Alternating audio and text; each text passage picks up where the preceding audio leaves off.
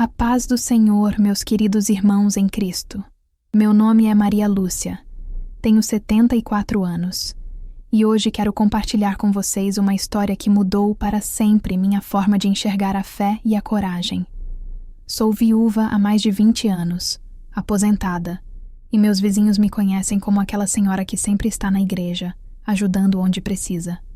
Talvez vocês se identifiquem comigo, irmãos, que dedicaram a vida inteira ao serviço do Senhor, que conhecem bem o peso da solidão e também a alegria de servir.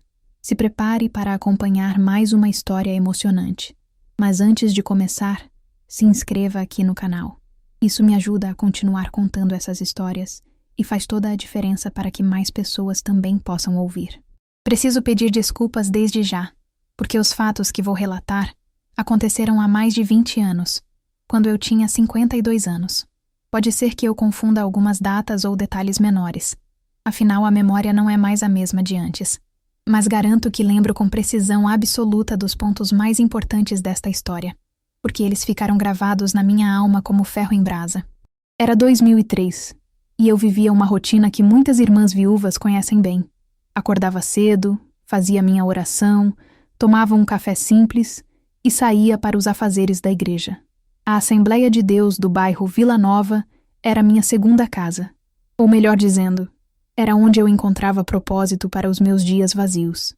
Limpava o templo nas terças e quintas, visitava os enfermos nas quartas, ajudava na organização dos eventos nos fins de semana. A solidão pesava muito nas noites. Sentava na varanda da minha casinha pequena e ouvia apenas o barulho dos carros passando na rua. O silêncio dentro de casa era ensurdecedor, irmãos. 7 anos haviam se passado desde que meu marido partiu para a glória, mas a saudade ainda doía como se fosse ontem.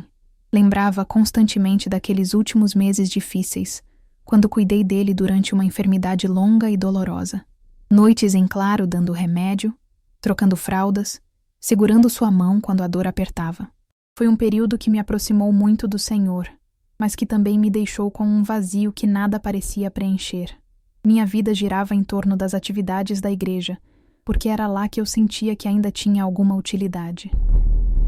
Quando organizávamos um chá beneficente ou preparávamos uma festa junina, eu me sentia viva novamente. Eram momentos em que o vazio dentro do peito diminuía um pouco. Foi numa quinta-feira à noite que tudo mudou. Estávamos no culto de oração quando o irmão Jorge, nosso diácono, chegou correndo e sussurrou algo no ouvido do pastor auxiliar. Vi o rosto dele ficar pálido na mesma hora. O pastor interrompeu as orações e pediu nossa atenção. Irmãos, acabamos de receber uma notícia muito grave. Nosso pastor Adalberto sofreu um derrame há algumas horas e está internado no hospital municipal.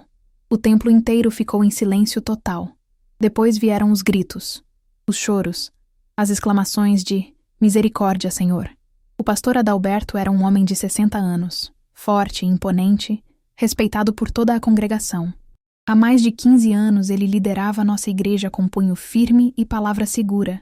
Sempre pregava com uma autoridade que nos fazia sentir seguros espiritualmente.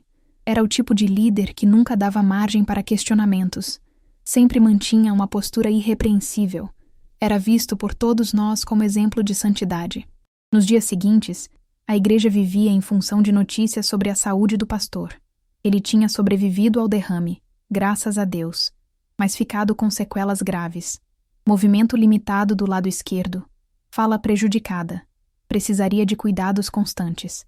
Dona Eunice, sua esposa, aparecia no hospital sempre impecável, mas qualquer um podia ver o desespero estampado no rosto dela. Foi numa reunião de oração especial pela saúde do pastor que senti aquele impulso. Estávamos todos ali, intercedendo, quando o irmão Jorge comentou que Dona Eunice estava esgotada, que ela não conseguia cuidar do pastor sozinha. Naquele momento, algo dentro do meu peito se mexeu. Uma voz interior me dizia que eu poderia ajudar. Quando a reunião terminou, me aproximei de Dona Eunice. Ela estava sentada sozinha num banco, com a cabeça baixa, mexendo nervosamente na bolsa. "Irmã Eunice", falei baixinho. "Se a senhora precisar de ajuda para cuidar do pastor, eu me ofereço. Tenho experiência porque cuidei do meu marido nos últimos meses de vida dele." Ela levantou os olhos para mim e foi nesse momento que vi algo que me perturbou. Era gratidão, sim, mas misturada com um cansaço que parecia ir muito além da preocupação com a doença do marido. Havia algo mais pesado naquele olhar, uma exaustão que parecia vir de muito tempo. Irmã Maria, que o Senhor te abençoe por essa oferta. Realmente estou precisando muito de ajuda, ela disse, mas a voz saiu meio tremida. Combinamos que eu começaria na segunda-feira seguinte. Durante o fim de semana, arrumei minhas coisas com o coração cheio de expectativa. Sentia que Deus estava me dando uma nova missão. Uma forma de usar minha experiência cuidando de doentes para servir ao líder que tanto respeitávamos.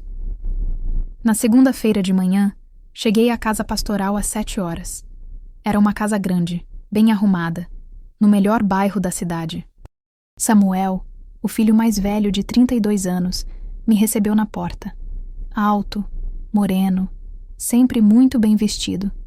Mas percebi que ele me olhava com uma reserva estranha, como se estivesse medindo cada palavra antes de falar. Irmã Maria, minha mãe está esperando a senhora, mas preciso deixar claro algumas regras da casa. A senhora vai cuidar apenas do meu pai e ajudar com a cozinha. Tem certos cômodos que são privativos da família, especialmente o escritório do papai. Espero que compreenda. Aquela forma de falar me incomodou um pouco, mas pensei que era só proteção natural da privacidade familiar. Dona Cláudia, a filha de 30 anos, apareceu logo depois com um sorriso mais acolhedor. Que bom que a senhora veio nos ajudar, irmã Maria. Mamãe estava mesmo precisando de um apoio. Mas mesmo no sorriso dela, notei uma tensão disfarçada, como se ela também carregasse algum peso interno. Quando entrei na casa, me senti como se estivesse pisando em território sagrado. Afinal, era a casa do nosso pastor, do homem de Deus que liderava a nossa congregação. Mas nos primeiros minutos ali dentro, comecei a perceber que aquela família, por trás da imagem pública de perfeição, tinha tensões que não apareciam no púlpito. Samuel controlava cada movimento meu de forma excessiva. Quando me aproximava de certas portas, ele aparecia do nada com alguma desculpa para me direcionar para outro lugar. E havia uma ansiedade no jeito dele que não fazia sentido para uma situação normal de doença familiar. Era como se todos eles estivessem escondendo algo muito maior do que eu podia imaginar. Nos primeiros dias, tentei estabelecer uma rotina que funcionasse para todos. Acordava às 5 da manhã, orava em casa e chegava à casa pastoral às 6:30 para preparar o café da manhã. Comecei cozinhando mingau de aveia bem fininho para o pastor Adalberto, porque a enfermeira do hospital tinha explicado que ele precisava de alimentos de fácil digestão. Organizava os remédios dele numa caixinha com divisórias para cada horário, tomando muito cuidado para não confundir as doses. O pastor ficava na cama a maior parte do tempo, e eu tentava ler trechos das escrituras para ele toda tarde. Escolhia sempre salmos ou passagens consoladoras, pensando que isso traria paz para aquele homem que tanto serviu ao Senhor. Mas percebi logo nas primeiras leituras que algo estava muito diferente do pastor Adalberto que conhecíamos no púlpito. Um dia, quando comecei a ler o Salmo 23, ele me interrompeu com uma explosão de raiva que me assustou. Gritou que estava cansado de ouvir sobre pastagens verdejantes, que Deus o havia abandonado naquela cama, que alguns membros da igreja eram hipócritas que mereciam castigo. A fúria nos olhos dele era algo que eu jamais tinha visto no líder sereno que conhecia. Era como se a doença tivesse tirado uma máscara que ele sempre usava. Dona Eunice apareceu correndo no quarto quando ouviu os gritos. Tentou acalmar o marido, mas ele continuou resmungando coisas sobre pessoas específicas da congregação, falando mal de irmãos que sempre respeitei. Quando ela saiu comigo para a cozinha, tentei comentar sobre a irritação dele. É normal, irmã Maria, ela disse rapidamente. O derrame deixa as pessoas alteradas. O médico já avisou que isso pode acontecer. Mas havia algo no jeito dela de desviar o olhar que me fez desconfiar que a irritação do pastor não era só por causa da doença. Samuel controlava cada movimento meu na casa de uma forma que me deixava muito incomodada. Se eu ia limpar a sala, ele aparecia dizendo que aquela área já estava limpa.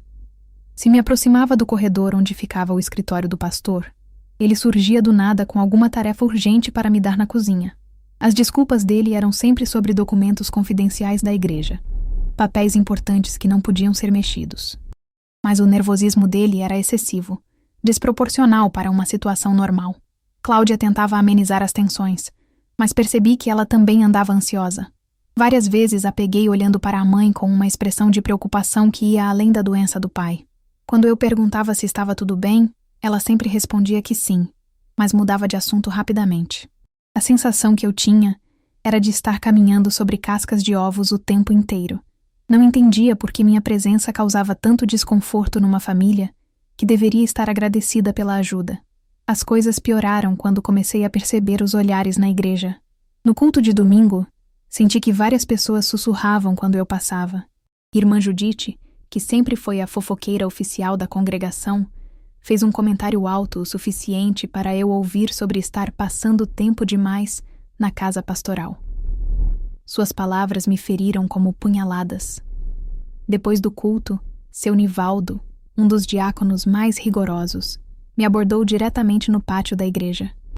Ele sempre foi daqueles homens que se acham guardiões da moral, e naquele dia resolveu questionar minha conduta.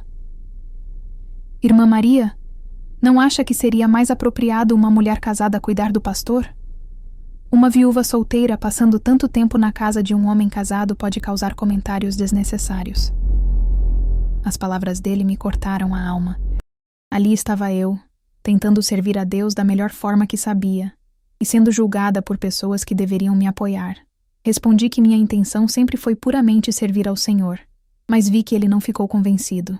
Irmã Judite se aproximou logo depois, fingindo preocupação, mas claramente querendo espalhar mais fofoca. Ela comentou que certas situações podiam dar margem para interpretações erradas, e que a aparência do mal era quase tão ruim quanto o mal em si. Cada palavra dela era como um espinho entrando no meu coração. Voltei para casa naquele domingo completamente abalada. Orei muito, pedindo ao Senhor para me mostrar se eu estava fazendo algo errado. Minha consciência estava limpa, mas a pressão social estava ficando insuportável. Durante a semana, Dona Eunice começou a ter comportamentos estranhos comigo. Um dia ela me agradecia com lágrimas nos olhos pela ajuda. No outro, ela me tratava com uma frieza que me deixava confusa. Era como se ela estivesse sempre com medo de que eu descobrisse alguma coisa, mas eu não sabia o quê. Foi numa tarde de quinta-feira que ela disse aquela frase que ficou martelando na minha cabeça. Estávamos dobando roupas na lavanderia quando ela comentou, quase sussurrando para si mesma: às vezes, cuidar da imagem da família é mais difícil do que cuidar da doença. Perguntei o que ela queria dizer com aquilo, mas ela ficou vermelha e disse que estava só cansada, que tinha falado besteira. Mudou de assunto na mesma hora, mas aquelas palavras continuaram ecoando na minha mente. Que imagem familiar precisava de tanto cuidado? E por que isso seria mais difícil que cuidar de um homem doente? Naquela noite, enquanto organizava os remédios do pastor para o dia seguinte, achei algo que me deixou muito perturbada. Entre os papéis na mesinha de cabeceira dele, havia 3 envelopes pequenos com dinheiro dentro. Não eram grandes quantias, mas eram sempre valores específicos que não faziam sentido para gastos normais da casa. Fiquei olhando para aqueles envelopes sem entender. Dona Eunice vivia reclamando que o dinheiro estava apertado para os medicamentos e tratamentos, que a aposentadoria do pastor mal dava para cobrir as despesas. Então por que haveria dinheiro separado escondido daquele jeito? Naquela hora, uma sensação muito ruim tomou conta de mim. Era como se eu tivesse descoberto a primeira pista de algo muito maior e mais perturbador do que eu podia imaginar. Nos dias seguintes, resolvi ajudar Dona Eunice com a organização de alguns papéis da casa, já que ela parecia sobrecarregada com tudo. Foi quando comecei a encontrar mais dinheiro escondido, sempre da mesma forma estranha. Dentro de um livro de hinos antigo, havia 2 envelopes. Entre as páginas de uma Bíblia que ficava na estante da sala, mais dinheiro guardado. Até mesmo misturado com papéis de ofertas da igreja, encontrei quantias separadas que não faziam sentido algum. Sempre eram valores específicos, como se fossem destinados para alguma coisa particular. E sempre eram as mesmas quantias, como se fosse uma separação sistemática, organizada. Isso me deixava muito perturbada, porque Dona Eunice vivia reclamando que o dinheiro estava curto. Ela dizia que mal conseguia pagar os medicamentos do pastor, que a da aposentadoria dele não cobria todos os gastos médicos. Então por que esconder dinheiro pela casa inteira? Senti que tinha descoberto algo que não deveria ter visto, mas não conseguia tirar aquilo da cabeça. Era como se cada envelope fosse uma peça de um quebra-cabeças que eu não sabia como montar. Precisava conversar com alguém. Então procurei minha amiga Rita. Ela é viúva como eu, uma mulher de oração, de fé sólida, que sempre me deu conselhos sábios. Nos encontramos numa tarde de sábado na praça perto da igreja, longe de ouvidos curiosos. Rita me ouviu com atenção enquanto contei sobre os envelopes, sobre o comportamento estranho da família, sobre a tensão que sentia na casa pastoral. Quando terminei, ela ficou em silêncio por um tempo, com um semblante sério. Maria, você precisa ter muito cuidado, ela disse finalmente. Às vezes a verdade machuca mais do que a mentira, mas Deus odeia a falsidade. E se há algo errado acontecendo, pode ser que o Senhor esteja usando você para trazer luz às trevas. As palavras dela me deixaram ainda mais inquieta. Por um lado, sentia que talvez devesse fingir que não vi nada e continuar apenas cuidando do pastor. Por outro lado, havia uma voz dentro de mim dizendo que não era certo fazer vista grossa para algo suspeito. Ore muito pedindo discernimento, irmã, Rita continuou. Mas lembre-se de que mexer com segredos de líderes espirituais pode trazer consequências graves. Há pessoas que preferem matar a verdade a ver sua reputação manchada. Saí daquele encontro com o coração ainda mais pesado. A curiosidade estava crescendo dentro de mim, mas o medo das consequências também aumentava. Na igreja, a situação estava ficando insuportável. Irmã Celina, que sempre foi parceira da Judite nas fofocas, começou a espalhar que eu tinha segundas intenções em relação ao pastor. Segundo ela, uma viúva não cuidaria de um homem doente sem algum interesse escondido. Os comentários maldosos chegavam aos meus ouvidos através de outras irmãs que fingiam estar me defendendo, mas na verdade queriam ver minha reação. A dor que sentia era profunda, irmãos. Ali estava eu, tentando servir a Deus da melhor forma possível e sendo julgada por pessoas que deveriam me apoiar. Cada sussurro, cada olhar atravessado, cada comentário maldoso era como um espinho no meu coração. Samuel usou esses rumores a favor dele. Ouvi quando ele conversava com a mãe na cozinha, dizendo que eu estava causando escândalo desnecessário, que seria melhor dispensar meus serviços antes que a situação ficasse pior. Cláudia tentou me defender, dizendo que eu era uma pessoa íntegra, mas a defesa dela saiu tímida, como se ela mesma tivesse medo de algo. Mamãe, a irmã Maria tem sido uma bênção para nós. Cláudia disse baixinho. Não podemos deixar fofocas prejudicarem quem está nos ajudando. Mas até na voz dela percebi uma hesitação, como se houvesse algo que ela não podia falar abertamente. Foi numa tarde chuvosa de quarta-feira que aconteceu algo que me arrepiou por inteiro. Estava preparando chá de camomila para o pastor Adalberto quando notei que ele me observava com uma intensidade estranha. Os olhos dele estavam fixos em mim de um jeito que me deixou desconfortável. De repente, ele começou a murmurar palavras desconexas, como se estivesse falando sozinho. Primeiro pensei que fossem efeitos dos remédios que deixam a mente confusa, mas as palavras que saíram da boca dele me gelaram o sangue. Meu menino que ninguém pode saber, ele murmurou, olhando para o teto. Deus me castiga por roubar dele. O dinheiro que não era meu. Fiquei paralisada com a xícara na mão. Tentei entender se ele estava delirando ou se aquelas palavras tinham algum significado real. Quando perguntei se ele estava se sentindo bem, ele me olhou assustado, como se tivesse acabado de perceber que tinha falado alto demais.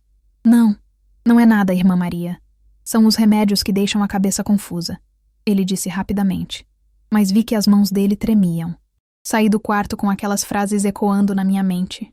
Que menino era aquele? E que dinheiro ele teria roubado?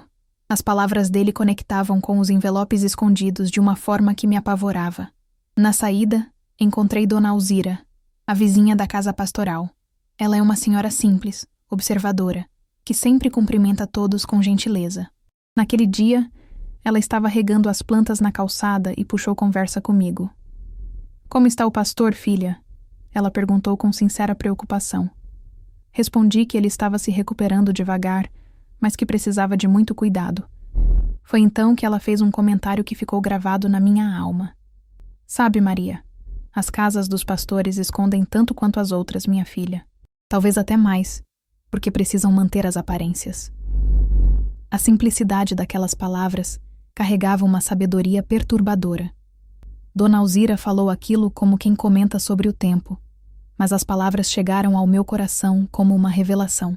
Despedi-me dela e caminhei para casa com a mente fervilhando. Que segredos poderiam estar escondidos naquela família que sempre pareceu tão perfeita? E que papel eu estava desempenhando naquela história toda? Naquela noite, orei pedindo direção ao Senhor. Sentia que estava no meio de algo muito maior do que imaginava, mas não sabia se deveria investigar mais ou simplesmente fingir que nada estava acontecendo. A resposta veio de uma forma que eu jamais esperava. Na manhã seguinte, quando estava na cozinha preparando vitamina de banana para o pastor, o telefone tocou. Dona Eunice tinha saído para comprar remédios, então atendi eu mesma. Alô, bom dia, falei educadamente. Oi, o depósito mensal já foi feito como sempre? Perguntou uma voz de rapaz jovem. Fiquei confusa e respondi que ele devia ter ligado para o número errado. Não, ele insistiu. É para o pastor Adalberto mesmo. Sou Rogério, o filho dele. Meu mundo desabou naquele instante. O pastor Adalberto sempre pregou sobre ter apenas 2 filhos, Samuel e Cláudia. Quem era esse Rogério que se identificava como filho dele? E que depósito mensal era aquele? Meu coração disparou quando ouvi aquelas palavras. Sou Rogério, o filho dele. As palavras ecoaram na minha cabeça como um trovão em dia de céu claro. Fiquei alguns segundos em silêncio total, tentando processar o que acabara de ouvir. Desculpe, mas acho que houve um engano. Consegui falar, com a voz trêmula. O pastor Adalberto tem 2 filhos, Samuel e Cláudia. Não, senhora, não houve engano, não. A voz do rapaz soou firme, mas um pouco ansiosa. Eu sempre ligo para esse número para falar com meu pai sobre a ajuda financeira de sempre. Todo mês ele manda um dinheiro para mim. Só quero saber se o depósito deste mês já foi feito.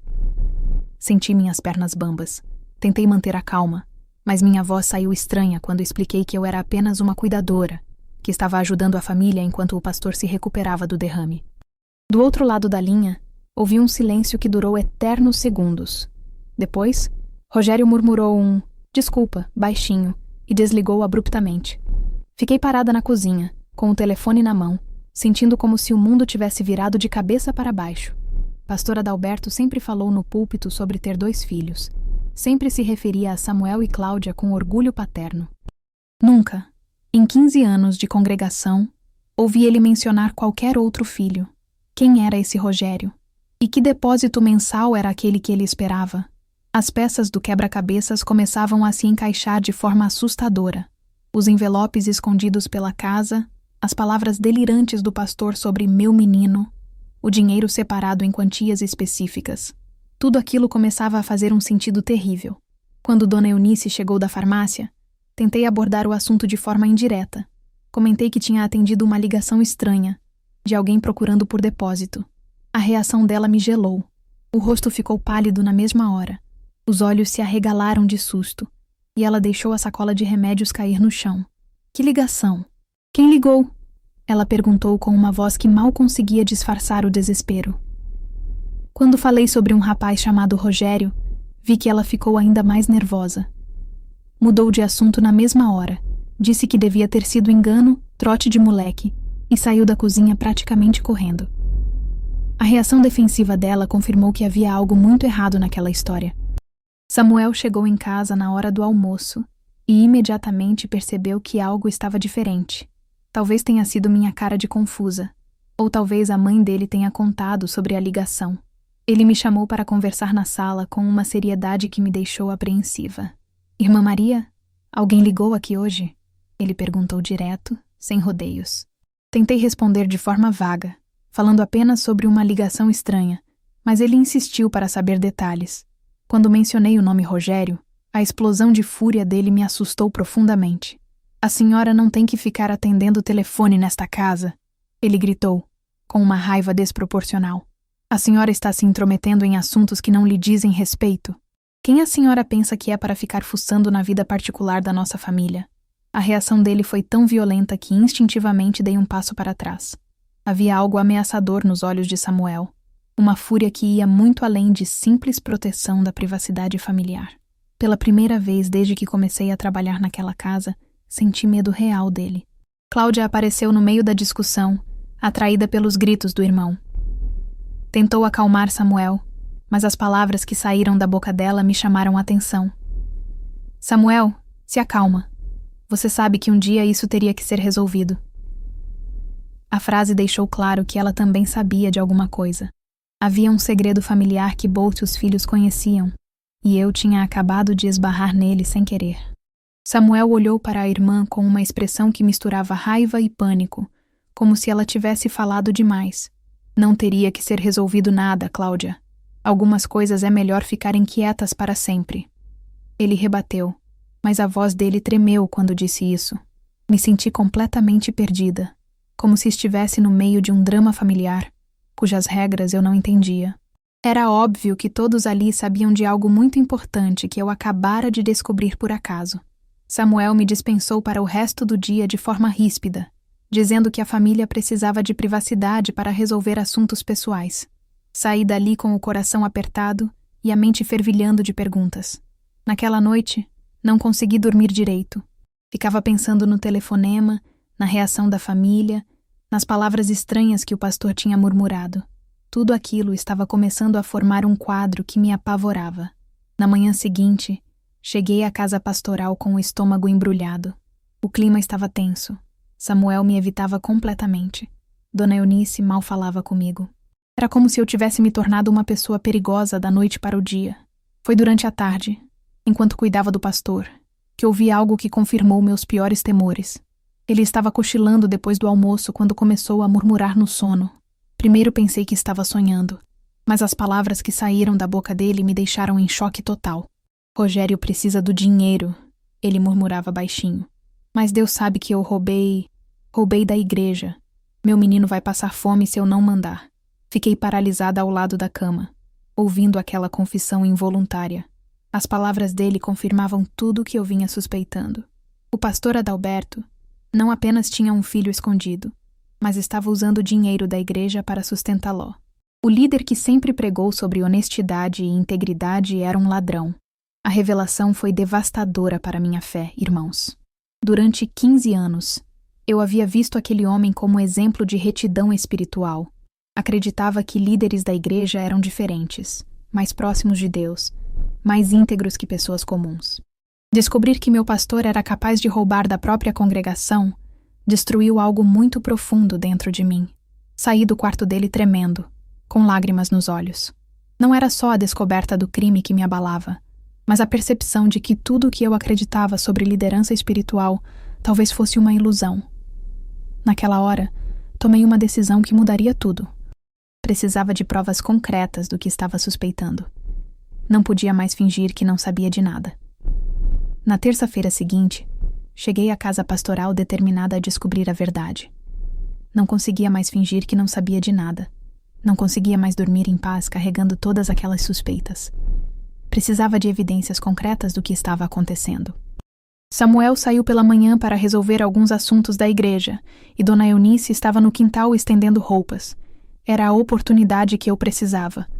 Com o coração batendo descompassado, me dirigi ao escritório do pastor, um cômodo que Samuel sempre me proibiu de entrar. A porta estava destrancada. Entrei devagar, sentindo como se estivesse violando um lugar sagrado. Era um escritório simples, com uma mesa de madeira, estantes cheias de livros teológicos e gavetas que pareciam guardar os segredos que eu buscava. Comecei vasculhando as gavetas da mesa. Na primeira, encontrei papéis normais da igreja, correspondências, canetas. Na segunda, haviam documentos de ofertas e doações. Foi na terceira gaveta que achei uma pasta escondida no fundo, como se alguém tivesse tentado mantê-la longe de olhos curiosos. Abri a pasta com as mãos tremendo. Dentro havia recibos bancários, dezenas deles, todos de transferências mensais para uma conta em nome de R. Santos, claramente Rogério Santos. Os valores eram significativos, não eram moedas soltas, eram quantias que fariam muita diferença para qualquer família. O que me deixou ainda mais horrorizada foi perceber que as datas das transferências coincidiam exatamente com os períodos de ofertas especiais da igreja. Lembrei das campanhas de fim de ano, das ofertas para missões, dos dízimos de gratidão que a congregação dava com tanto sacrifício. Aquele dinheiro estava sendo desviado sistematicamente há pelo menos 5 anos, segundo os recibos mais antigos. Sentei na cadeira do pastor com aqueles papéis na mão, sentindo como se o mundo tivesse desabado sobre mim. Não era apenas um erro ocasional, não era apenas uma ajuda esporádica a um filho necessitado. Era apropriação indébita sistemática, roubo continuado do dinheiro dos fiéis. Comecei a lembrar de quantas famílias da nossa congregação faziam sacrifícios reais para contribuir com as ofertas. O seu João, aposentado, que sempre dava sua oferta mesmo ganhando apenas um salário mínimo. A dona Conceição, viúva como eu, que economizava no supermercado para poder dizimar direito. Todos aqueles irmãos confiavam que o dinheiro seria usado para a obra de Deus, e descobrir que estava sendo roubado pelo próprio pastor me partiu o coração. A traição era devastadora não apenas em termos legais, mas morais e espirituais. Era como descobrir que alguém em quem você confiava completamente tinha estado mentindo para você durante anos. Estava ainda processando a descoberta quando ouvi passos no corredor. Guardei rapidamente os documentos na pasta, mas já era tarde. Dona Eunice apareceu na porta do escritório e me viu com os papéis na mão. O rosto dela ficou branco como papel. Por alguns segundos ficamos nos olhando em silêncio. Ela sabendo que eu tinha descoberto tudo. Eu sabendo que ela sabia que eu sabia. Irmã Maria, ela disse com a voz quebrada. A senhora não devia ter mexido nisso. Naquele momento, toda a máscara de frieza que ela mantinha desabou. Eunice começou a chorar. Não um choro delicado, mas um pranto desesperado de quem carregava um peso insuportável há muito tempo. A senhora sabe de tudo isso?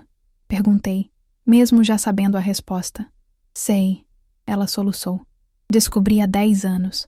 Rogério é filho do meu marido de antes de nós nos casarmos. Ele apareceu quando já era adulto, pedindo reconhecimento, pedindo ajuda. E o Adalberto não teve coragem de assumir publicamente, mas também não conseguiu negar ajuda ao rapaz. As palavras dela saíam entrecortadas pelo choro. Eu escolhi ficar calada para não matar a igreja de vergonha.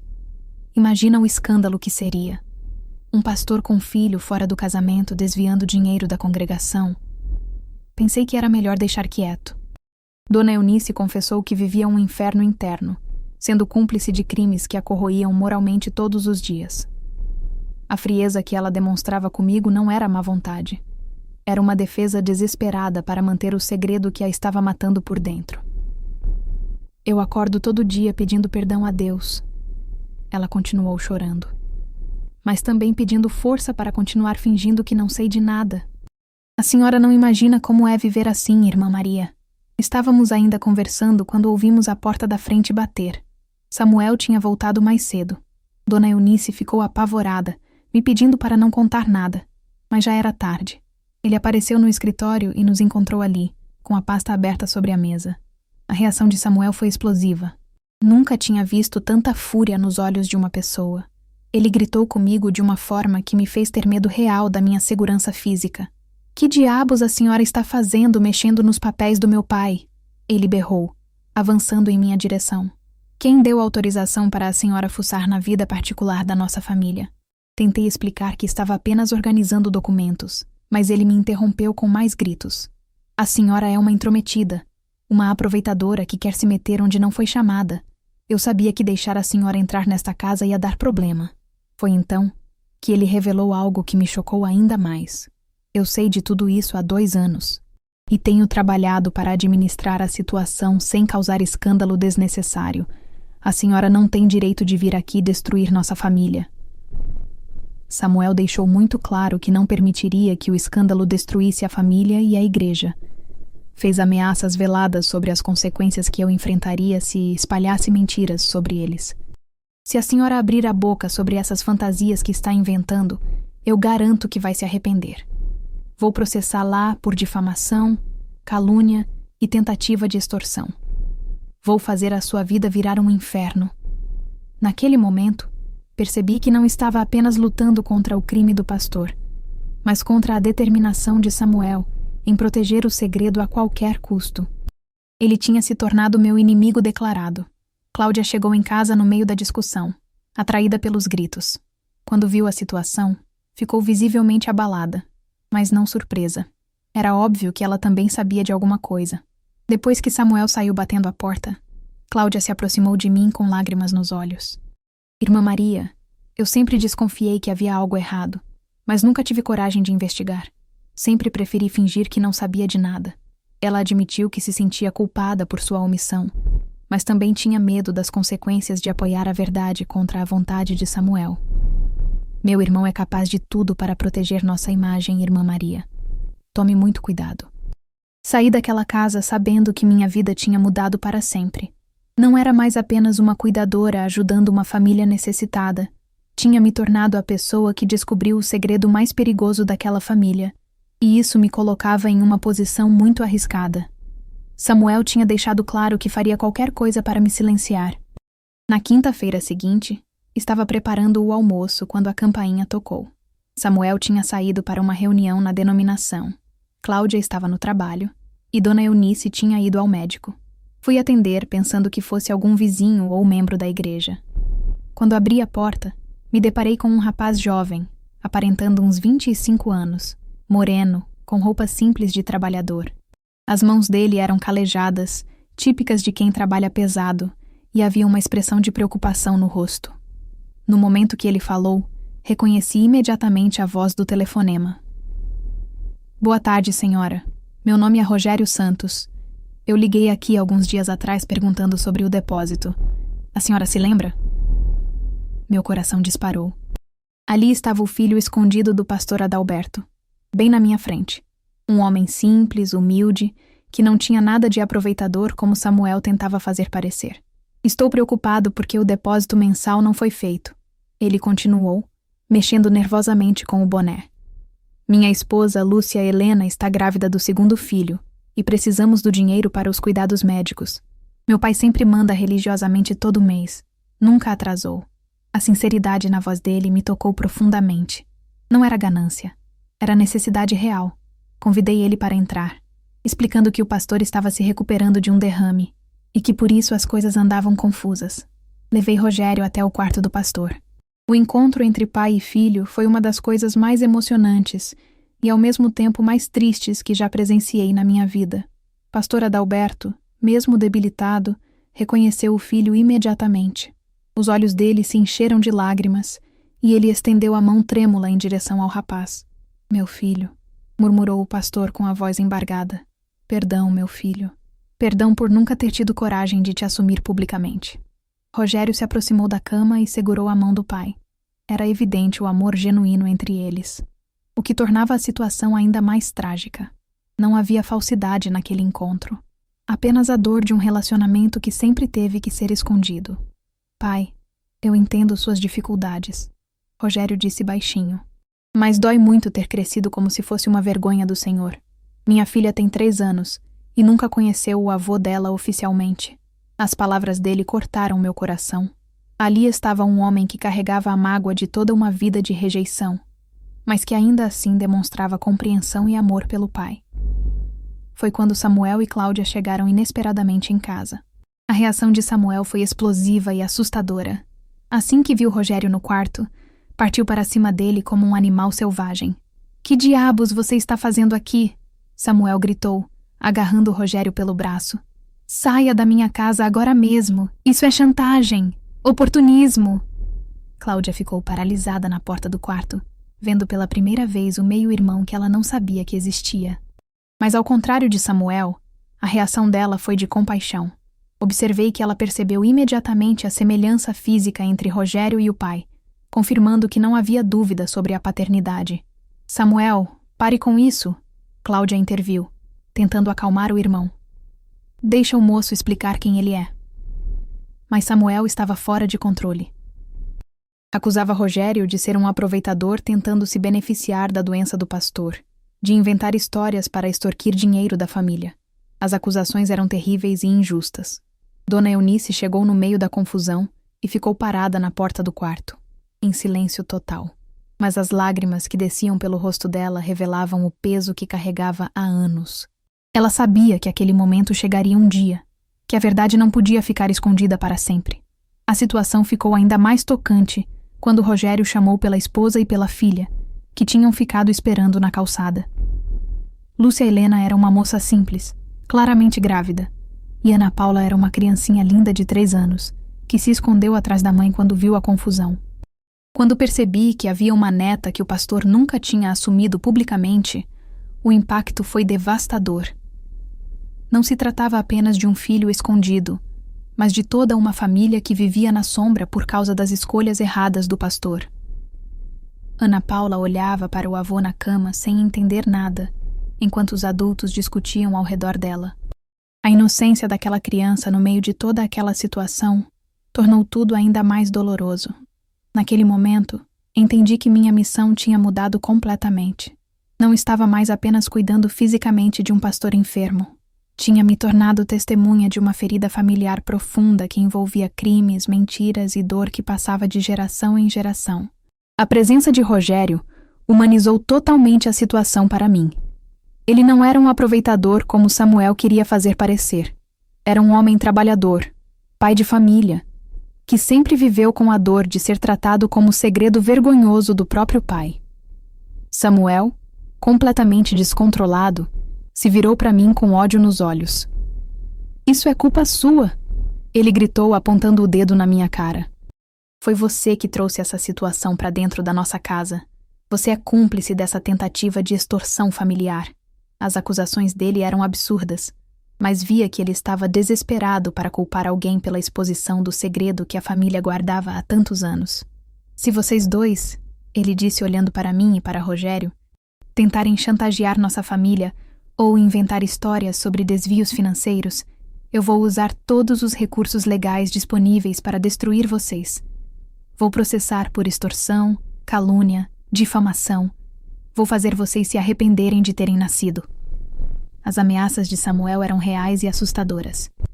Percebi naquele momento que ele faria qualquer coisa para proteger a imagem da família, mesmo que isso significasse destruir pessoas inocentes no processo. Rogério saiu da casa naquele dia ainda mais machucado emocionalmente, carregando a esposa grávida e a filha pequena, sem ter recebido a ajuda financeira que precisava e ainda por cima sendo tratado como criminoso. Eu sabia que aquela situação não podia continuar assim. Havia muita dor, muita injustiça, muito segredo destruindo pessoas de ambos os lados. Algo precisava ser feito, mas eu não sabia ainda o que, nem como. Nos dias que se seguiram ao encontro com Rogério, Samuel começou uma verdadeira guerra contra mim. Era como se ele tivesse decidido que eu era o inimigo principal que precisava ser eliminado a qualquer custo. A campanha dele foi calculada, sistemática e muito mais perigosa do que eu imaginava. No domingo seguinte, durante o café da manhã depois do culto, Samuel começou a espalhar sua versão dos fatos. Ele falava com grupos pequenos de irmãos, sempre com ar de preocupação e tristeza, como se estivesse defendendo a família de uma grande injustiça. "Irmãos, preciso compartilhar com vocês uma situação muito delicada", ele dizia baixinho, como quem conta um segredo importante. "A irmã Maria, que tem cuidado do meu pai, inventou uma história muito grave para tentar chantagear nossa família. A versão dele era convincente porque misturava verdade com mentira, de forma muito esperta. Ele admitia que realmente apareceu um rapaz alegando ser filho do pastor, mas descrevia Rogério como um perturbado mental tentando se aproveitar da doença do pai. Esse rapaz apareceu do nada com uma história fantasiosa, e a irmã Maria resolveu apoiar a mentira dele. Acreditamos que ela está interessada em algum tipo de benefício financeiro, talvez até mesmo herança." Samuel contava que eu sempre demonstrei comportamento inadequado na casa pastoral, que mexia em papéis que não devia, que fazia perguntas suspeitas sobre a situação financeira da família. Cada mentira que ele espalhava era elaborada o suficiente para soar verdadeira. A congregação se dividiu rapidamente. Irmã Judite e seu Nivaldo abraçaram completamente a versão de Samuel, transformando-se em meus perseguidores mais implacáveis. Eles falavam abertamente que eu era uma aproveitadora, uma mulher sem caráter, tentando se beneficiar da desgraça alheia. Eu sempre desconfiei daquela mulher. Irmã Judite espalhava para quem quisesse ouvir. Viúva sem filhos, sempre se oferecendo para cuidar de homens doentes. Onde já se viu? Seu Nivaldo fazia comentários ainda piores. Dizia que eu era uma pessoa perigosa, que estava causando divisão na igreja, que minha presença era um escândalo que precisava ser resolvido. A maldade deles me feria profundamente. Mas nem todos acreditaram na versão de Samuel. Diácono Jorge, que sempre foi homem justo e observador, ficou confuso com as acusações contra mim. Ele conhecia meu caráter há anos e sabia que eu não era capaz das coisas que Samuel estava falando. Jorge também começou a lembrar de certas movimentações financeiras estranhas que tinha notado nos últimos anos. Quando questionava Samuel sobre algumas despesas que não batiam direito, sempre recebia explicações evasivas e nervosas. As peças estavam começando a se encaixar na cabeça dele. Missionária Elsa, mulher de discernimento espiritual, percebeu imediatamente que havia algo muito errado na história de Samuel. Ela observava o nervosismo excessivo dele, a forma como desviava o olhar quando alguém fazia perguntas sobre finanças, e principalmente a reação desproporcional a uma situação que poderia ser resolvida com transparência simples. Em reuniões de liderança, Elsa começou a fazer perguntas incômodas que deixavam Samuel ainda mais nervoso. Se realmente é tudo mentira, Samuel, por que não chamamos o rapaz aqui na igreja para esclarecer tudo publicamente? Por que não abrimos os livros financeiros para mostrar que não há nada errado? As perguntas dela eram simples e lógicas, mas Samuel sempre arrumava desculpas para evitá-las, alegando que não valia a pena dar palco para mentirosos e chantagistas. Para mim, o dia a dia se tornou um inferno. Na rua, membros da igreja me evitavam ou fazem comentários maldosos quando passava. Durante os cultos, sentia olhares acusadores de todos os lados. Algumas pessoas sussurravam quando eu entrava no templo. Outras mudavam de lugar para não sentar perto de mim. Samuel conseguiu convencer alguns líderes de que minha presença estava causando divisão e escândalo na igreja. Eles começaram a questionar se eu deveria continuar frequentando os cultos enquanto a situação não fosse resolvida. A pressão psicológica era insuportável. Minha salvação naqueles dias foi minha amiga Rita. Ela percebeu imediatamente que eu estava dizendo a verdade e decidiu me ajudar ativamente. Rita conhecia meu coração. Sabia que eu era incapaz das maldades que Samuel estava espalhando. Maria, eu sei quem você é. Ela me disse numa tarde em que eu estava chorando na casa dela. Esse Samuel está mentindo e eu vou descobrir a verdade. Rita começou sua própria investigação discreta. Conversou com membros antigos da igreja, fez perguntas sutis sobre decisões financeiras do passado, observou comportamentos suspeitos. O que ela descobriu me deixou ainda mais abalada. Maria, essa não é a primeira vez que há rumores sobre irregularidades administrativas envolvendo Samuel. Ela me contou alguns dias depois. Dona Francisca, que é membro há 30 anos, me disse que já houve outras situações estranhas com dinheiro da igreja, mas que Samuel sempre conseguiu abafar tudo. Enquanto isso, Rogério também estava sofrendo ameaças diretas. Samuel foi procurá-lo no trabalho, numa oficina mecânica onde ele trabalhava como ajudante. Na frente dos colegas dele, Samuel fez ameaças que aterrorizaram o rapaz. Se você continuar inventando essa história ridícula ou tentando extorquir minha família, vai enfrentar processo criminal por calúnia e extorsão, Samuel disse para Rogério diante de todo mundo. Você não tem ideia de com quem está mexendo. Rogério me procurou depois, apavorado.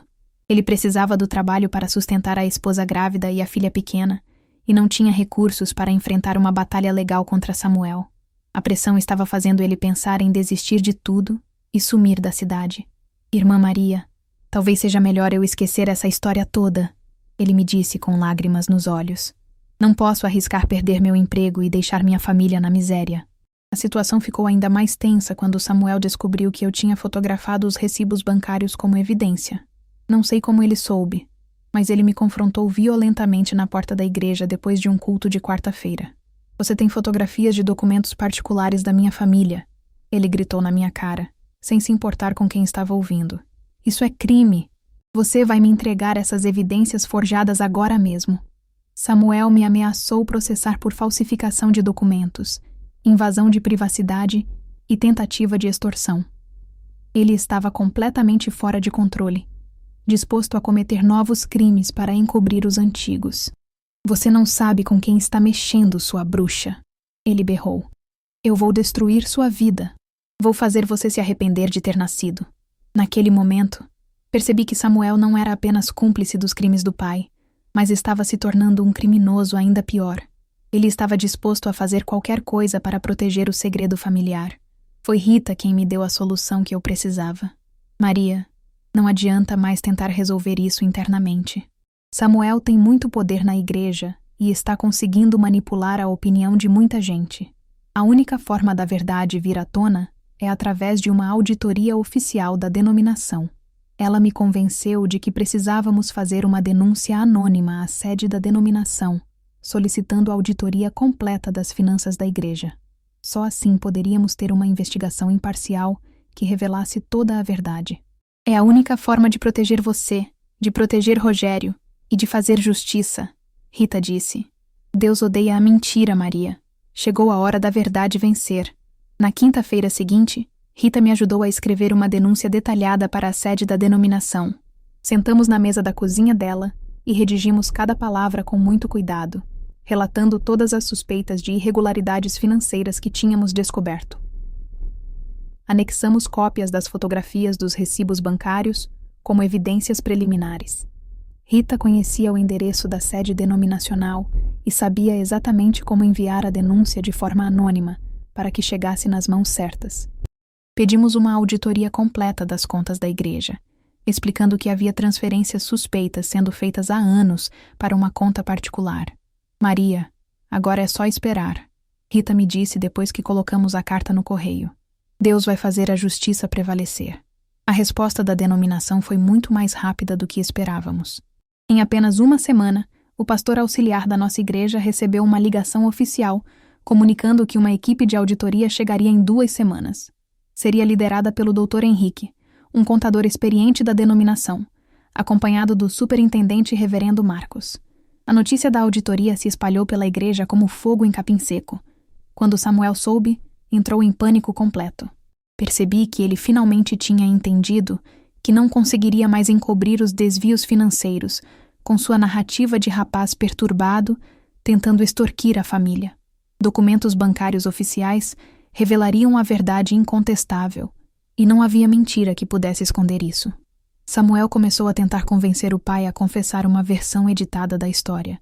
Ouvi quando ele conversava nervosamente com o pastor, tentando criar uma narrativa que minimizasse os crimes. Pai, se eles perguntarem, o senhor diz que ajudou esporadicamente o rapaz, que achou que ele podia ser seu filho e sentiu pena, mas nega que foi apropriação sistemática. Fala que foram apenas ajudas ocasionais com dinheiro próprio. Mas pastor Adalberto, pressionado pela chegada da auditoria e pelo peso da culpa acumulada, estava entrando em crise espiritual profunda. Ele alternava entre momentos de lucidez, onde reconhecia todos os crimes e expressava desejo de confessar tudo, e períodos de negação desesperada. Samuel, meu filho, eu não aguento mais carregar essa culpa, ele me disse numa tarde quando estávamos sozinhos. Sempre soube que um dia Deus cobraria o preço do que fiz. Acho que minha doença é castigo divino pelos crimes que cometi. As palavras dele me partiam o coração. Via um homem completamente quebrado pelo peso dos próprios pecados, mas que ainda tinha consciência suficiente para reconhecer a gravidade do que havia feito.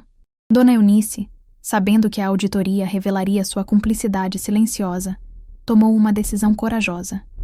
Depois de anos de omissão, ela finalmente decidiu romper com o silêncio que a estava matando por dentro. Irmã Maria, preciso conversar com a senhora. Ela me chamou numa manhã, com os olhos vermelhos de tanto chorar. Não aguento mais viver essa mentira. Sentamos na varanda da casa, e ela confessou todos os detalhes que ainda não tinha contado. Como descobriu sobre Rogério há 10 anos quando encontrou cartas que ele mandava para o pastor. Como percebeu os desvios financeiros quando começou a notar dinheiro sumindo das ofertas que ela mesma ajudava a contar. Como escolheu silenciar para manter as aparências da família pastoral perfeita. Irmã Maria, esse segredo está me corroendo por dentro há 10 anos. Acordo todo dia sentindo que sou cúmplice de roubo. Me ajuda a fazer a coisa certa pela primeira vez em anos. Eunice me pediu para acompanhá-la quando os auditores chegassem, porque ela queria contar toda a verdade, mesmo sabendo que isso a tornaria cúmplice dos crimes do marido. Na igreja, a notícia da auditoria dividiu completamente a congregação. Missionária Elsa viu aquilo como oportunidade necessária para a transparência e limpeza moral da igreja. Irmãos, se não há nada errado, a auditoria só vai confirmar a honestidade de nossa liderança. Ela falava nas reuniões. E se há algo errado, precisamos saber para corrigir. Mas outros membros, ainda influenciados por Samuel, consideravam a auditoria como perseguição injusta a uma família já sofrida pela doença do líder. Irmã Judite, chegou a falar que quem tinha pedido a auditoria era gente invejosa querendo destruir a obra de Deus. Diácono Jorge, que sempre teve acesso parcial às finanças da igreja, começou a revisar documentos antigos com outros olhos. Ele estava percebendo padrões suspeitos que nunca havia questionado adequadamente, movimentações que Samuel sempre explicava de forma evasiva. Irmã Maria, Jorge me procurou depois de um culto. Estou começando a entender algumas coisas que nunca fizeram sentido. Sempre que eu questionava certas despesas, Samuel me dava explicações confusas e mudava de assunto. Para mim, saber que a verdade finalmente viria à tona através de canais oficiais trouxe um alívio imenso, mas também muito medo das consequências. Samuel intensificou suas ameaças, prometendo que mesmo que fosse exposto, garantiria que eu pagasse caro por ter destruído sua família. Você não sabe a encrenca que arrumou para si mesma, ele me disse numa tarde, com os olhos cheios de ódio.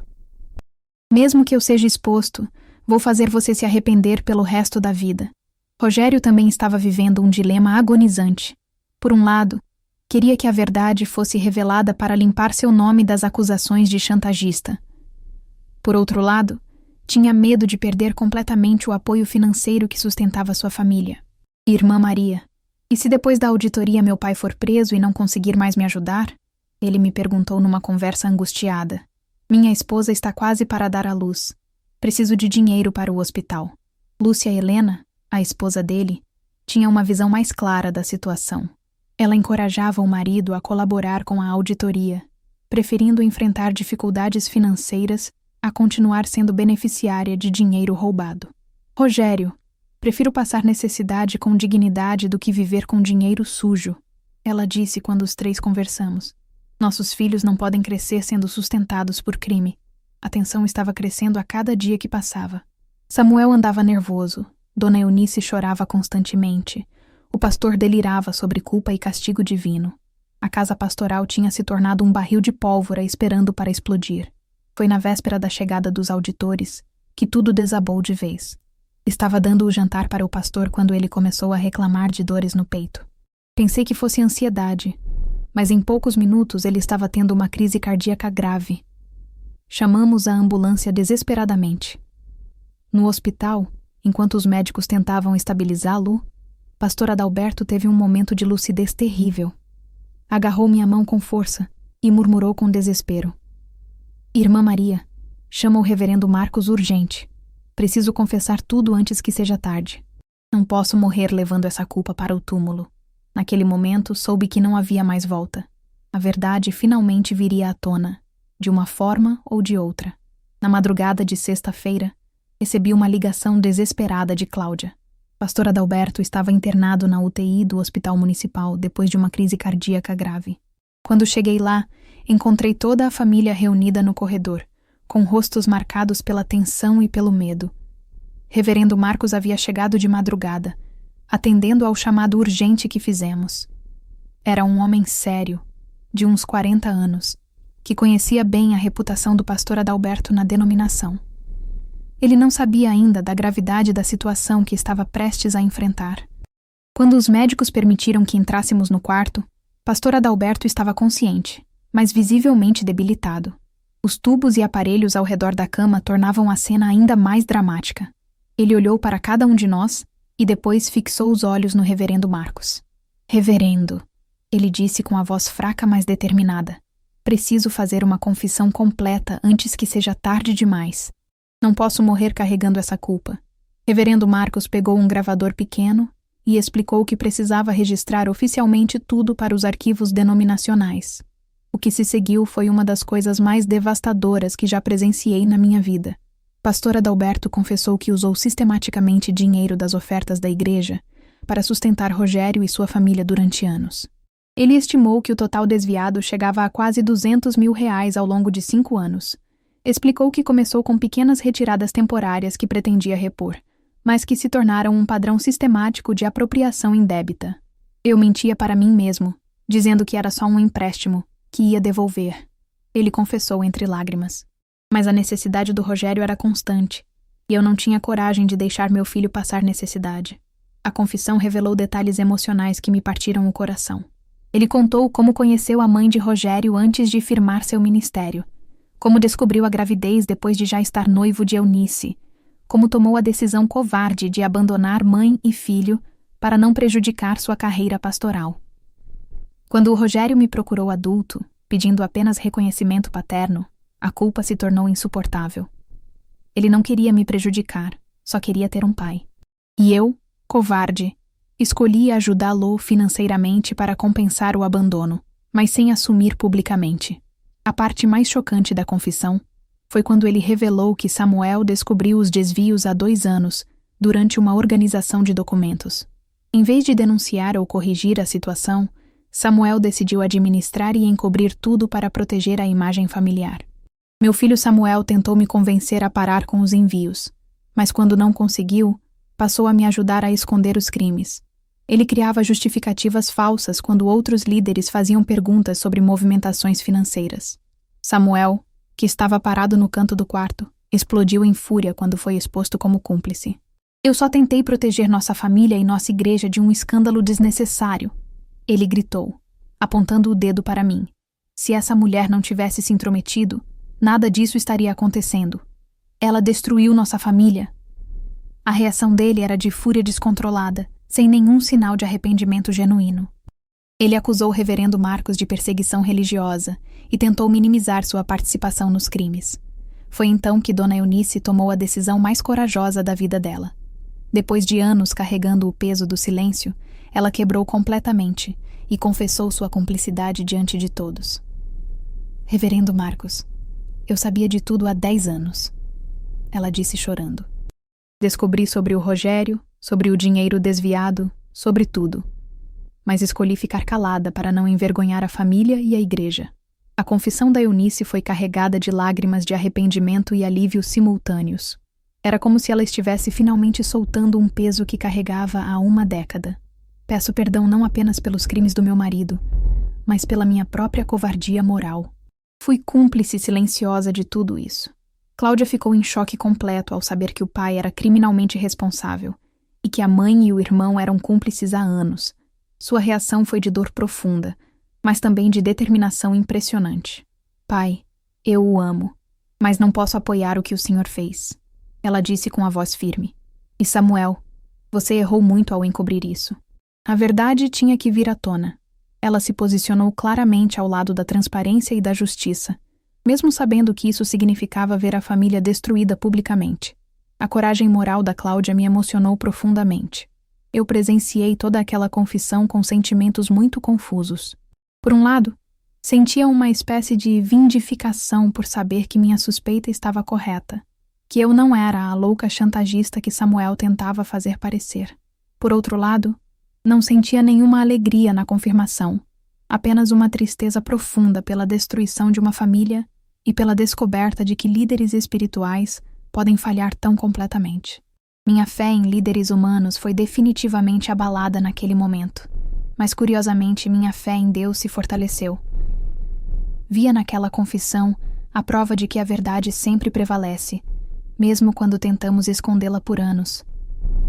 Reverendo Marcos, depois de ouvir toda a confissão, informou as consequências que viriam. Além do afastamento definitivo do ministério, o caso seria reportado às autoridades civis devido à natureza criminal dos desvios financeiros. Pastor Adalberto aceitou as consequências com uma resignação que demonstrava finalmente um arrependimento genuíno. Reverendo, aceito todas as punições. Só peço que tenham misericórdia da minha família, especialmente da Cláudia e da Eunice, que foram vítimas das minhas escolhas erradas. Antes de sairmos do hospital, Reverendo Marcos fez um anúncio que gelou meu sangue. A confissão será comunicada oficialmente à congregação no domingo seguinte, e as autoridades policiais serão notificadas para início de investigação criminal formal. Saí daquele hospital sabendo que nossa igreja nunca mais seria a mesma. Domingo de manhã chegou como uma bomba que todos sabiam que ia explodir, mas ninguém estava realmente preparado para o estrago. O templo estava lotado como nunca tinha visto, com gente até em pé no fundo. A notícia da confissão hospitalar tinha se espalhado pela cidade inteira durante o fim de semana. Membros antigos que não apareciam há meses estavam lá. Curiosos da vizinhança se espremiam nas últimas fileiras, e até jornalistas de rádios locais tinham aparecido. Reverendo Marcos subiu ao púlpito com uma expressão grave que eu nunca tinha visto em líder religioso. Ele segurava alguns papéis na mão, e o silêncio no templo era tão profundo que dava para ouvir o barulho dos ventiladores no teto. Irmãos, o que vou comunicar hoje é uma das coisas mais difíceis que já tive que fazer em 20 anos de ministério. Ele começou, com a voz firme mas carregada de tristeza.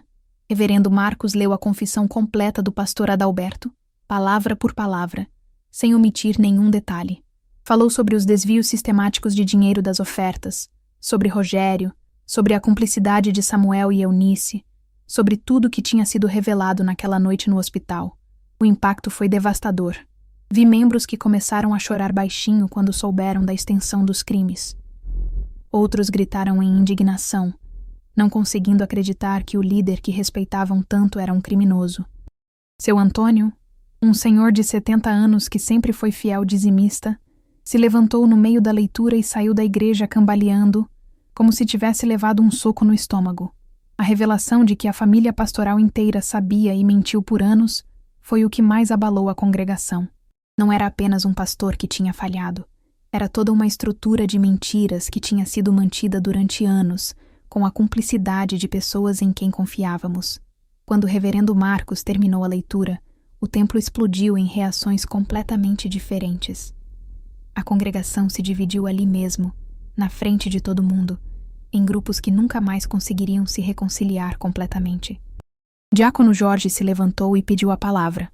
Com a voz embargada, ele disse que a igreja devia cooperar totalmente com a justiça, mas também trabalhar para a restauração espiritual de todos os envolvidos, depois que as penalidades legais fossem cumpridas. Irmãos, o que aconteceu é grave, é criminoso, é vergonhoso. Mas somos igreja do perdão e da restauração.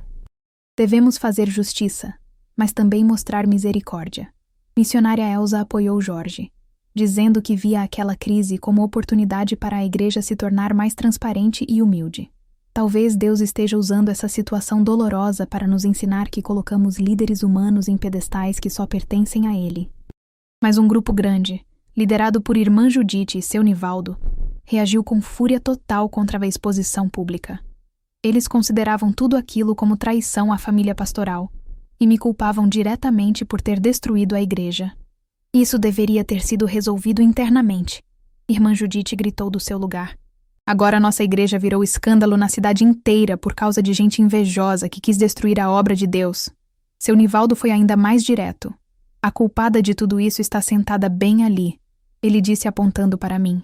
Se ela não tivesse se intrometido onde não devia, nada disso teria acontecido. Vários membros se levantaram e saíram da igreja naquele momento, alguns batendo a porta com força, outros chorando. Vi famílias inteiras que frequentavam há décadas indo embora para nunca mais voltar. Para eles, o escândalo tinha destruído para sempre a confiança na instituição. Um terceiro grupo ficou em silêncio total, claramente em choque, sem saber como reagir. Eram pessoas que amavam genuinamente o pastor Adalberto e não conseguiam reconciliar a imagem que tinham dele com a realidade dos crimes revelados. Dona Conceição, que sempre foi uma das mais devotas, ficou sentada com o rosto nas mãos, chorando de uma forma que partia o coração. Samuel, que estava sentado na primeira fileira com Cláudia, enfrentou rejeição quase total da congregação. Membros que antes o respeitavam como futuro líder, agora o encaravam com desprezo e nojo. Vi pessoas que mudavam de lugar para não sentar perto dele, outras que faziam comentários em voz alta sobre cúmplices de ladrão. A reação dele foi de amargura crescente que dava para sentir no ar. Quando alguns irmãos se aproximaram para questionar sua participação nos crimes, Samuel explodiu novamente. Vocês não sabem de nada. Eu tentei proteger esta igreja. Se certas pessoas não tivessem se intrometido, nada disso teria virado esse circo. Ele culpou a mim, culpou o reverendo Marcos, culpou o que chamou de inveja de pessoas que queriam destruir a família. Sua incapacidade total de assumir responsabilidade genuína completou sua transformação em alguém que não conseguia mais despertar compaixão em ninguém. Para mim, as reações foram completamente contraditórias. Alguns membros se aproximaram me tratando como heroína que teve coragem de expor a verdade. Rita ficou do meu lado o tempo todo. e missionária Elsa publicamente me agradeceu por ter tido a coragem que todos nós deveríamos ter tido. Mas outros me culpavam diretamente por ter destruído a paz da igreja. Ouvi comentários maldosos sobre eu ter causado a ruína de uma família inteira, sobre ser fofoqueira aproveitadora, que destruiu a obra de Deus por inveja. O momento mais emocionante foi quando Cláudia se levantou e pediu para falar. Com lágrimas nos olhos, mas voz firme, ela disse algo que nunca vou esquecer. Irmãos, quero pedir perdão em nome da minha família por todos esses anos de mentira e quero agradecer publicamente à irmã Maria por ter tido a coragem que nós, da família, não tivemos durante anos. As palavras dela me emocionaram profundamente e vi que causaram impacto em muitos membros que estavam em dúvida sobre meu papel na situação. A maior surpresa foi quando Rogério apareceu no templo pela primeira vez na vida, acompanhado de Lúcia Helena e Ana Paula. A presença deles causou mais comoção, mas também humanizou completamente a situação para muitos membros. Rogério era claramente um homem trabalhador, humilde, que não tinha nada de aproveitador. Lúcia Helena, visivelmente grávida, segurava Ana Paula no colo, e qualquer pessoa podia ver que eram uma família simples tentando sobreviver com dignidade. Alguns membros se aproximaram deles com compaixão genuína. Dona Francisca, uma senhora bondosa, chegou até a oferecer ajuda com roupas para o bebê que estava para nascer. Mas outros os evitavam completamente, como se a proximidade com o escândalo pudesse contaminá-los. Nos dias seguintes, a polícia iniciou a investigação formal dos desvios financeiros. Auditores especializados começaram a trabalhar para quantificar exatamente quanto dinheiro tinha sido desviado ao longo dos anos. Pastor Adalberto, mesmo internado ainda se recuperando do infarto, cooperou totalmente com as investigações, fornecendo senhas bancárias, documentos escondidos e informações completas sobre todos os crimes cometidos. A colaboração dele surpreendeu até os investigadores. Era como se ele sentisse alívio em finalmente poder confessar tudo sem esconder nada. Mas Samuel não conseguia aceitar a nova realidade. Na quarta-feira daquela semana, ele me procurou na saída da farmácia, onde fui comprar remédios para o pastor. Estava transtornado, com olhos vermelhos de raiva e desespero. "Você destruiu minha vida inteira", ele disse bem baixo, mas com uma intensidade assustadora. "Mesmo que eu vá preso, mesmo que minha vida acabe, eu vou encontrar uma forma de fazer você pagar por isso. Vou fazer você se arrepender de ter nascido." A ameaça final dele me gelou o sangue.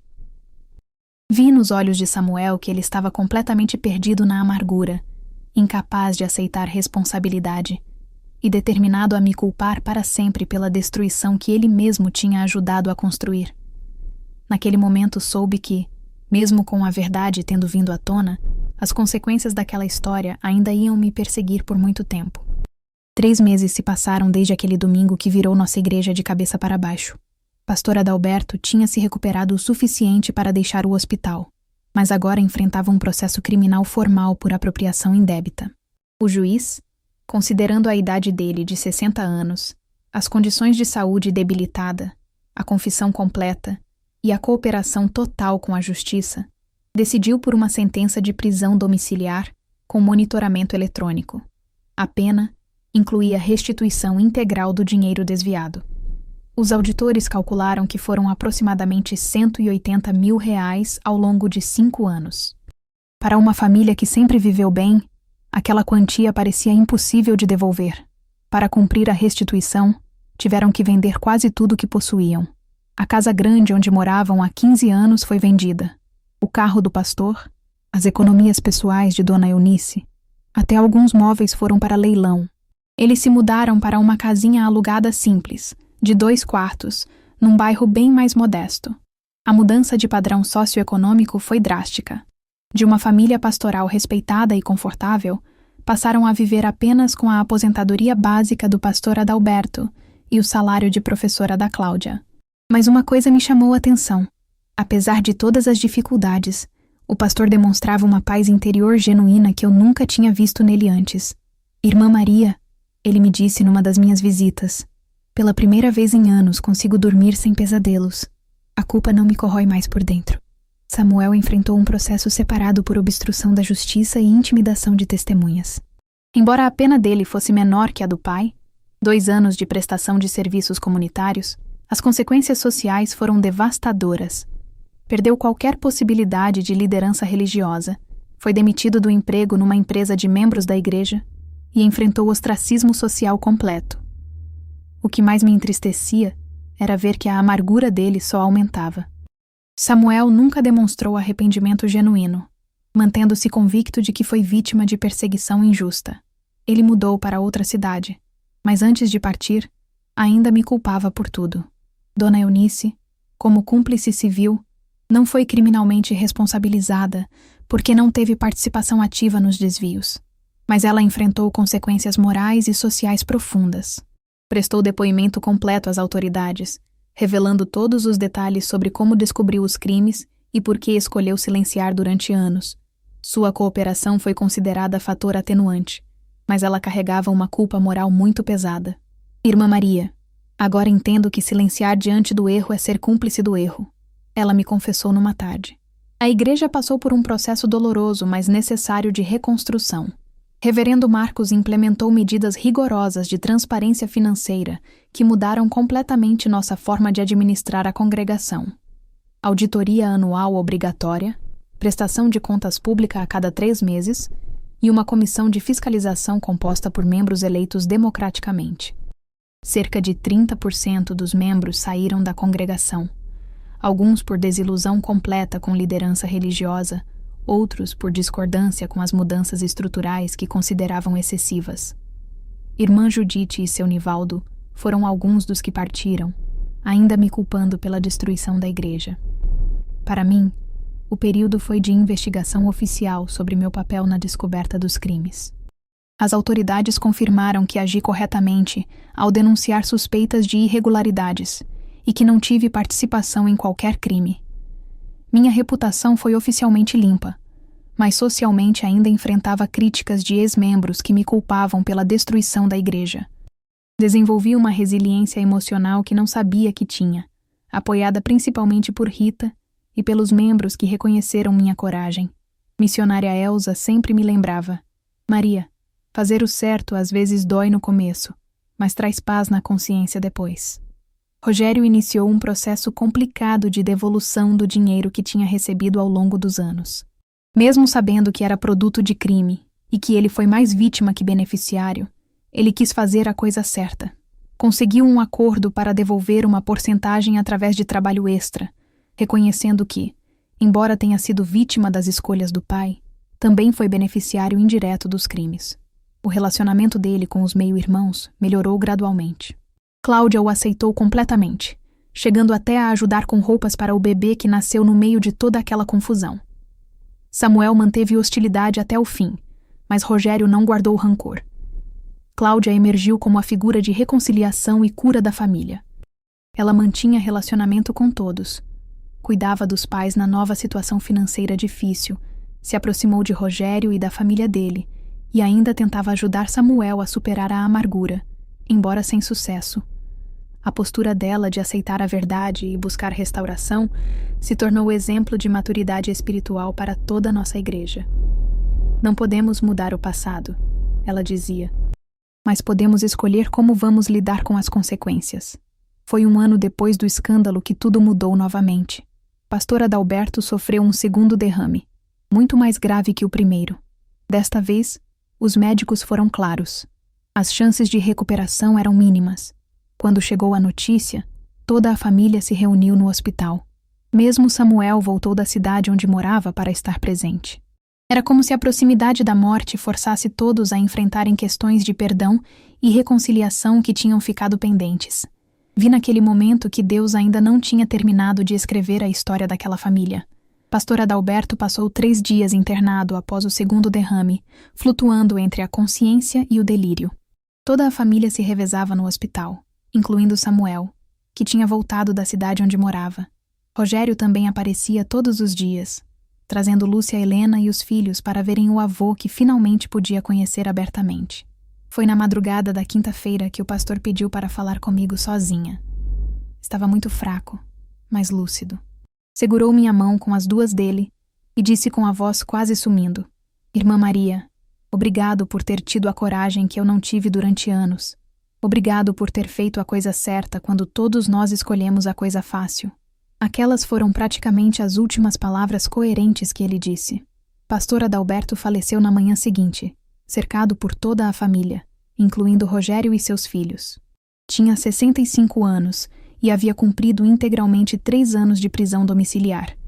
Nos seus últimos anos, ele se dedicou completamente à reparação. Escreveu cartas de pedido de perdão para todos os membros da igreja original que conseguiu encontrar. Participou de programas de restituição trabalhando em serviços comunitários compatíveis com sua saúde. E se reconciliou espiritualmente com todos os seus crimes. Sua morte foi tranquila. Rogério, que o perdoou completamente durante aqueles últimos anos, segurava uma de suas mãos quando ele partiu. Foi uma cena de reconciliação que me emocionou profundamente. Agora, 17 anos depois, aos 74 anos, relembro toda essa história com a serenidade que só o tempo e a experiência podem trazer. Vivo uma velhice digna, respeitada na comunidade evangélica mais ampla como exemplo de coragem moral. Nunca me casei novamente, mas encontrei um propósito profundo na experiência que vivi. Hoje aconselho pessoas que enfrentam dilemas éticos similares ao que enfrentei. Falo ocasionalmente em igrejas sobre a importância da transparência e da integridade, especialmente quando se trata de liderança religiosa. Muitas pessoas me procuram quando descobrem irregularidades em suas congregações e não sabem como agir. Nossa igreja original se reconstruiu completamente sob nova liderança, tornando-se modelo de transparência administrativa e prestação de contas comunitária. Embora seja menor numericamente do que era antes do escândalo, é muito mais sólida espiritualmente. Os membros que permaneceram valorizam profundamente a honestidade e aprenderam que líderes humanos são falíveis, mas que isso não diminui a perfeição de Deus. A experiência coletiva de passar pela crise e emergir mais forte criou uma comunidade resiliente e madura, que hoje serve de exemplo para outras congregações da região. Dona Eunice, aos 77 anos, vive seus últimos anos em paz verdadeira. Após a morte do marido, ela se dedicou a trabalhos sociais anônimos como forma de penitência pessoal. Nunca mais se envolveu em liderança religiosa, mas encontrou redenção pessoal servindo silenciosamente famílias carentes. Sua relação com os filhos se curou gradualmente. Mesmo Samuel, eventualmente, reconheceu sua coragem em finalmente contar a verdade. Samuel nunca se recuperou completamente do escândalo. Saiu da cidade após cumprir sua pena, vivendo discretamente em outra região. Hoje, aos 54 anos, trabalha em emprego simples, nunca se casou e mantém contato mínimo com a família. Sua amargura diminuiu com o tempo, mas ele nunca desenvolveu arrependimento genuíno completo. Representa o custo pessoal de escolher proteção da imagem sobre integridade moral. Cláudia, aos 52 anos, se tornou liderança respeitada em sua igreja atual, uma denominação diferente para evitar conflitos com o passado. Ela se casou com um homem que conhecia toda a sua história familiar e a respeitou por sua postura durante a crise. Cláudia nunca teve filhos biológicos, mas se tornou mentora de jovens da igreja, ensinando sobre a importância da verdade e transparência em relacionamentos. Rogério construiu uma vida digna em outra cidade. Aos 47 anos, continua casado com Lúcia Helena, criou 3 filhos com valores sólidos e trabalha como supervisor em uma pequena empresa. Ele mantém relacionamento cordial com Cláudia e visitou o pai regularmente durante seus últimos anos. Ana Paula, agora com 25 anos, é professora e conhece completamente a história familiar, sendo grata pela coragem que tive em expor a verdade. Minha querida amiga Rita faleceu em 2020 aos 67 anos, mas viveu tempo suficiente para ver minha completa vindicação e o crescimento espiritual que resultou da crise. Seu apoio incondicional durante o período mais difícil foi fundamental para minha resistência emocional. Reverendo Marcos continua ativo no ministério denominacional, usando a experiência da auditoria como caso de estudo para implementar políticas de transparência em outras igrejas. Missionária Elza se tornou superintendente regional, reconhecida por sua sabedoria em equilibrar misericórdia com justiça. Refletindo sobre tudo o que aconteceu, percebo como aquela experiência transformou completamente minha compreensão de fé, liderança e coragem moral. Aprendi que Deus usa pessoas imperfeitas incluindo eu mesma, para expor verdades difíceis. Aprendi que líderes espirituais são humanos falíveis que precisam de prestação de contas. E aprendi que escolher a verdade sobre a conveniência sempre traz consequências dolorosas no curto prazo, mas paz e integridade no longo prazo. Minha história se tornou um legado de que a fé verdadeira exige coragem para confrontar pecados, mesmo quando isso abala estruturas estabelecidas. Não foi fácil, não foi cômodo, mas foi certo. Termino esta narrativa com uma pergunta que deixo para vocês, meus queridos ouvintes. Quantos de nós estamos dispostos a escolher a verdade dolorosa sobre a mentira confortável? E quanto do que consideramos proteção da igreja é, na verdade, proteção de nossa própria comodidade? A verdade liberta, irmãos, mesmo quando inicialmente destrói. A integridade tem custo alto no curto prazo, mas valor eterno no longo prazo. Líderes falham, mas Deus permanece fiel. E pessoas comuns como eu e vocês podem ser instrumentos de justiça divina quando escolhemos coragem sobre comodidade. Que Deus abençoe a todos vocês. E se esta história tocou seu coração, se inscreva no canal, deixe seu like e compartilhe com outras pessoas que precisam ouvir que vale a pena fazer a coisa certa, mesmo quando é difícil. A paz do Senhor esteja com todos vocês.